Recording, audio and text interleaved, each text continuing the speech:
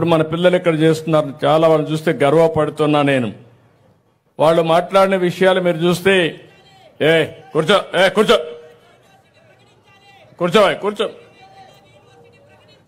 ఎవరికే నువ్వు చెప్తే ప్రకటించారా? కూర్చో.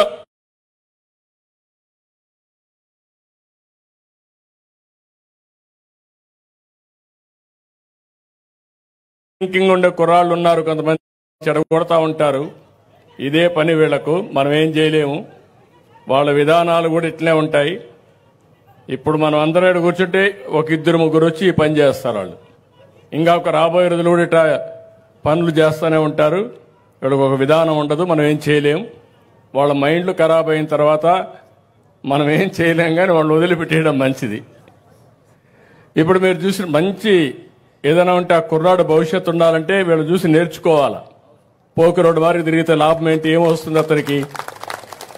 వీళ్ళు ఇంటికాడ కూర్చోరు, ఒక 20,000 50,000 ఇంటిని సంపాదిస్తారు, తల్లిదండ్రులు చూసుకుంటున్నారు. మీరు కూడా ఆ పని చేస్తే సంతోషపడేవాడిని. Please subscribe .news.